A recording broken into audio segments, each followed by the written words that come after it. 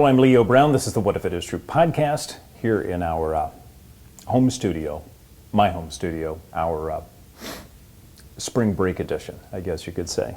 So taking a look at the gospel, of course, as we do, trying to find that virtue, that message that comes from this that spurs us into something, right? That ideally gives us a mission that says, hey, this is about serving others in the way Christ served, right? Can we find a way to do that from this passage? Interestingly enough, this is similar to what we heard over the weekend with the man born blind. This is John chapter 5, verses 1 through 16, and this is the individual who was obviously unable to walk, and Christ cures him, says, rise, take up your mat, and leave, and walk. Not leave necessarily, but walk. And then, of course, the Pharisees find the guy and say, okay, who did this because it's the Sabbath and this isn't cool, and kind of the same sort of thing that we heard in the man born blind. But again, in both of these stories of miraculous healings, there has to be that willingness on the behalf of the one being healed to step out in faith, right? Certainly the man born blind had to go wash in the pool after the clay was smeared on his eyes. And this guy, who is unable to walk there at the bath where many were being healed, was not able to get there, so he couldn't even get into the pool. And he's got to trust that he can stand up after Jesus tells him to do so.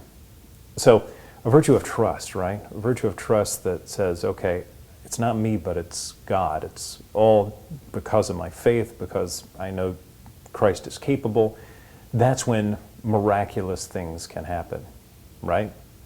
It was 11 years ago when I was sitting in the same studio with the same lovely paneling. Nothing's changed.